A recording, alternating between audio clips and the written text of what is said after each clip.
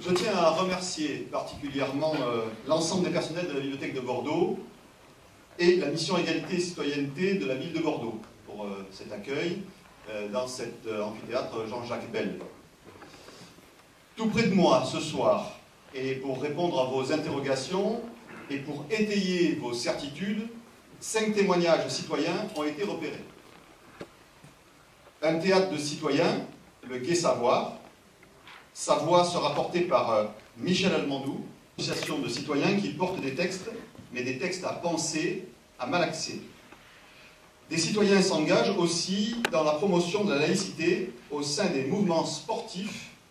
Mohamed Rezoui nous en parlera de sa façon très pragmatique. Philosophe, dans le cadre du festival Graines de Philo, Jérôme Strasbourg, animateur départemental, parlera de cette expérience au nom des Francas. Des citoyens se forment à la laïcité avec Michel Bessé qui est des CMA.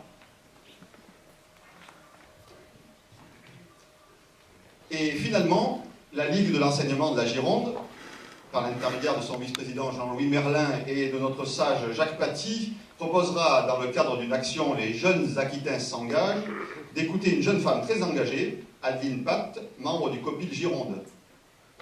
Du débat, un grand témoin, j'ai l'honneur et le grand plaisir d'inviter à venir nous rejoindre Christophe Miqueux, qui est maître de conférence de philosophie à l'Université de Bordeaux. Christophe. Autant de dire que ce texte, porté par ma voix, est une œuvre collective. Une œuvre de citoyens, de penseurs, de citoyens-penseurs. Nous avons voulu cette année orienter les échanges et pourquoi pas les débats sur le thème de la laïcité autour d'une idée simple, mais que l'on a tendance à oublier. La laïcité, si elle permet aux religions de discuter entre elles, elle permet à ceux qui ne croient pas de pouvoir en discuter aussi. Dans de nombreuses situations, lorsque nous évoquons un colloque sur la laïcité, sont invités instantanément les porteurs et inspirateurs des religions. Un prosélytisme parfois détaché et consensuel, mais qui occupe bien le terrain. Nous avons pensé cette année donner la parole aux citoyens.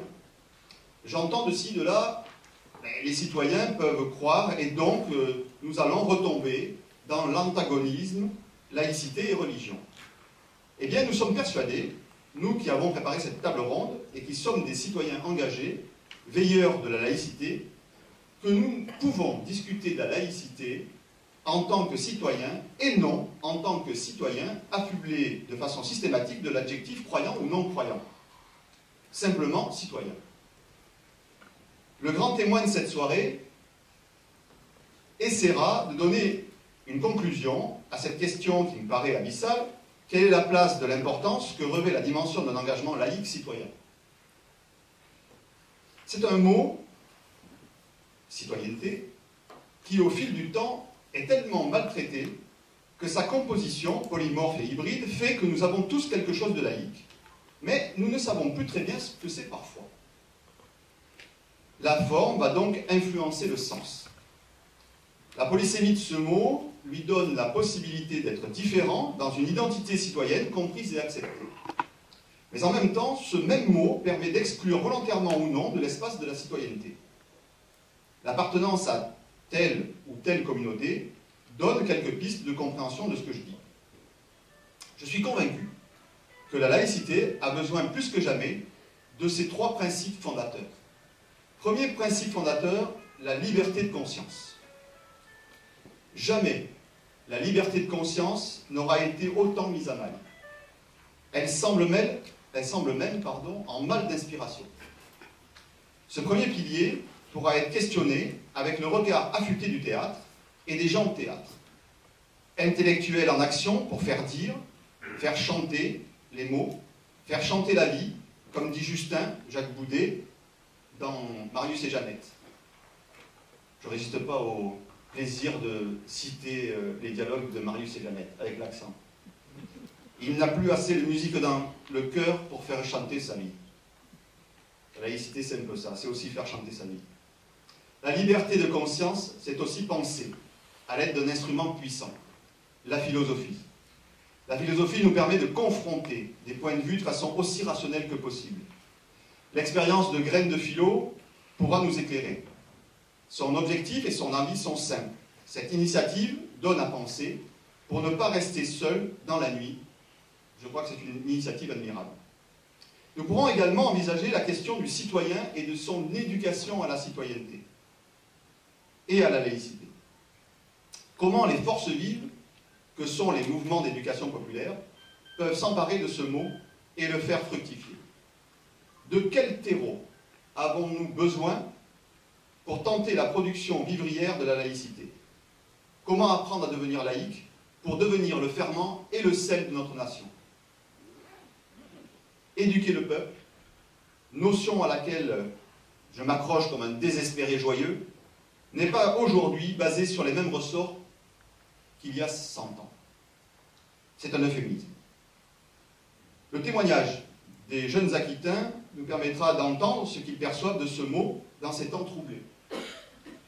Je vois d'ailleurs que beaucoup de jeunes ont répondu ce soir à l'appel de cette conférence et j'en suis tout content. Les générations se succèdent, les contextes changent, les lois sur la laïcité changent également. Sont-elles toujours adaptées? Évoquer la loi, c'est évoquer le deuxième grand principe qui fonde la laïcité, l'égalité des droits. L'égalité des droits, c'est donner en excluant personne. Donner ni plus, ni moins à chacun des citoyens. Des citoyens qui croient, qui ne croient pas, et ceux qui s'interrogent. Je reprends là la typologie des citoyens en laïcité. Pratiquer la stricte observance d'une égalité parfaite de traitement, c'est notre préférence, et c'est pour nous fondamental. Enfin, nous ne pouvons pas nous empêcher d'évoquer ce que la liberté de conscience veut dire dans un univers où la liberté est de plus en plus contrôlée et la conscience est perçue selon des points de vue ou des intérêts communautaires de plus en plus prégnants.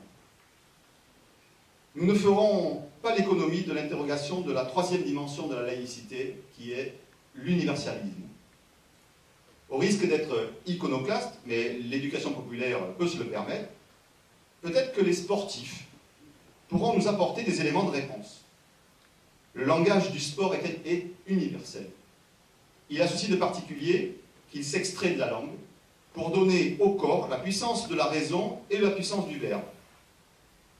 Comme jouer n'est pas un acte neutre, être laïque n'est pas non plus une posture neutre.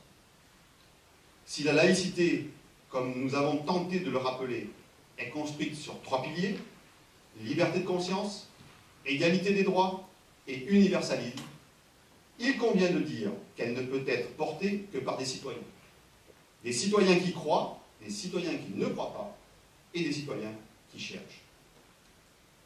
Pour finir ce propos introductif, j'aimerais, comme l'a théorisé René Girard, parlant du désir mimétique de l'autre, le seul désir d'une vie de femme et d'homme, le seul désir qui vaille, je le crois vraiment, c'est le désir de vivre ensemble. Merci de votre attention.